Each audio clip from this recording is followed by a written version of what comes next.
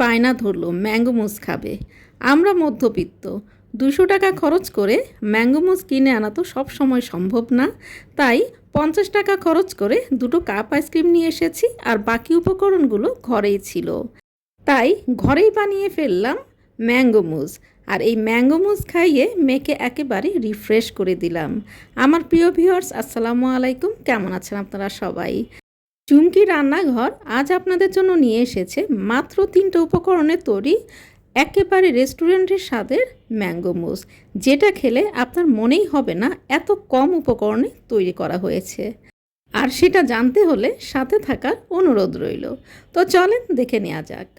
তো আমি মাঝারি সাইজের 2টো আম নিয়েছি।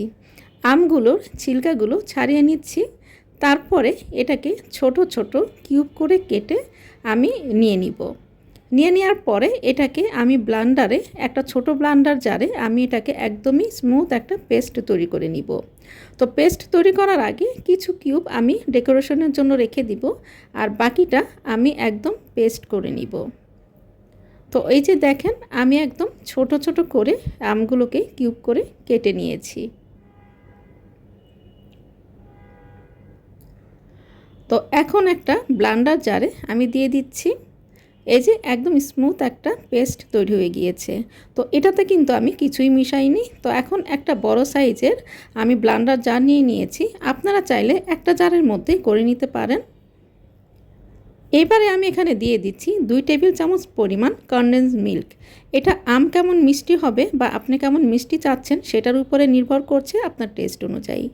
আর এই যে দেখেন 2টো কাপ আইসক্রিম, আপনি যদি হুইপ ক্রিম আনতে চান তাহলে হুইপ ক্রিমের কিন্তু দামটা আমরা সবাই জানি, সব সময় এটা আনা সম্ভব হয় না। আরও একটা কারণ আছে, সেটা হচ্ছে এটা আশেপাশে তো পাওয়াই যাবে না, আপনাকে নির্দিষ্ট জায়গা থেকে নিয়ে আসতে হবে।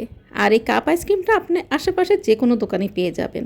তো সেটা নিয়ে নিচ্ছি 1.5 কাপ পরিমাণ, আর বাকিটা আমি ডেকোরেশনের জন্য নিয়ে নিয়েছি।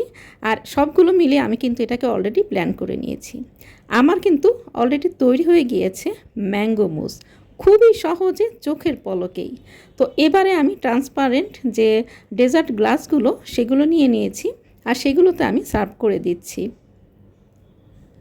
তো আমরা তো অনেক ভালো মন্দ অনেক কিছুই আমরা তৈরি করি, তাই না? তো যে জায়গাটায় আমরা তৈরি করব সেই জায়গাটাও কিন্তু ক্লিন রাখাটা অনেক জরুরি। খাবার তৈরির জায়গাটা যদি ক্লিন থাকে তাহলে কিন্তু কাজের উৎসাহ আরও অনেক অনেক বেড়ে যায়। এবারে আমি ডেকোরেশনের জন্য যে আইসক্রিমটা রেখেছিলাম 1/2 কাপ, সেটা উপর দিয়ে ছড়িয়ে দিচ্ছি। আর দেখেন লুকটা কিন্তু আস্তে আস্তে চেঞ্জ হয়ে যাচ্ছে। আর কিউব করে রাখা আমগুলো কিন্তু উপরে দিয়ে দিচ্ছি। এবারে বাগান থেকে আনা ফ্রেশ যে পুদিনা পাতা সেটাও একটা বসিয়ে দিলাম। এবারে তো আমার চোখের পলকেই তৈরি হয়ে গেল ম্যাঙ্গো মুজ, মাত্র 3টে উপকরণে। আর স্বাদ কিন্তু পুরো রেস্টুরেন্টের মতো। অনেক দাম দিয়ে হুইপ ক্রিম কিনতে হয়নি, হুইপ ক্রিমের যে কাজটা সেটাই করে দিয়েছে আমার 2টো কাপ আইসক্রিম। তো আশা করি আজকে আমার এই ম্যাঙ্গো মুজ রেসিপি আপনাদের ভালো লেগেছে। আর ভালো লাগলেই তো চুমকি রান্নাঘরের সার্থকতা। আর চুমকি রান্নাঘর মানেই তো আপনাদের রান্নাঘর। সবাই ভালো থাকবেন, সুস্থ থাকবেন, আল্লাহ হাফেজ।